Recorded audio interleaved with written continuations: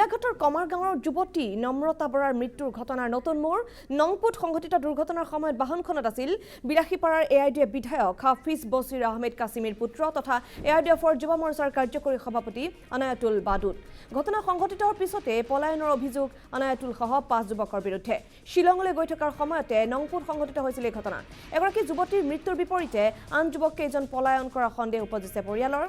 পৰিকল্পিত হত্যাকাণ্ড বুলি অভিযোগ পৰিয়ালৰ আৰক্ষীয়ে অনায়াতুল্লাৰ লগতে 5 বন্ধুক আটক কৰি অব্যাহত ৰাখিছে জেৰা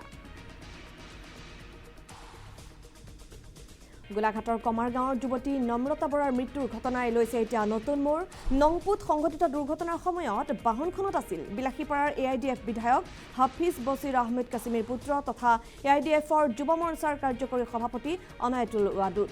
ঘটনা সংঘটিতৰ পিছতে পলায়নৰ অভিযোগ অনায়াতুল সহ 5 জন যুৱকৰ বিৰুদ্ধে শিলঙলৈ গৈ থকাৰ সময়তে নংপুত সংঘটিত হৈছিল এই দুৰ্ঘটনা এগৰাকী যুৱতীৰ মৃত্যুৰ বিপৰীতে আন যুৱক কেইজন পলায়ন কৰাত সন্দেহ উপজিছে পৰিয়ালৰ পৰিকল্পিত হত্যাকাণ্ড বুলি অভিযোগ কৰিছে পৰিয়ালৰ লোকে আৰক্ষীয়ে অনায়াতুল্লাৰ লগতে 5 বন্ধুক আটক কৰি অব্যাহত ৰাখিছে জেৰা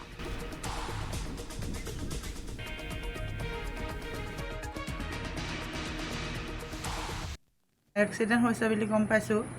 আমি কিমান কি হৈছে সেইটো হেৰি হোৱা নাই পিছত খবৰ দিছে মৃত্যু হৈছে বুলি তাই কিন্তু 6 জন একেলগে যোৱা বাকী কেইজনৰ একো এনজিঅ' হোৱা নাই কিন্তু আমাৰজনী এক্সিডেণ্ট হ'ল হেৰি হ'ল কিন্তু কেনেকৈ হ'ল আমি সেইটো এটা সন্দেহৰ বতৰত আছোঁ তাই গুৱাহাটী হাইকোৰ্টত কোচিং কৰি আছিলে বৰ্তমান কিহৰ কাৰণে গৈছিলে কিলৈ গৈছিলে সেইটো আমি গমেই নাপালোঁ কিন্তু ঘৰত কৈ থৈ যোৱা নাই কিহৰ পৰা গৈছিলে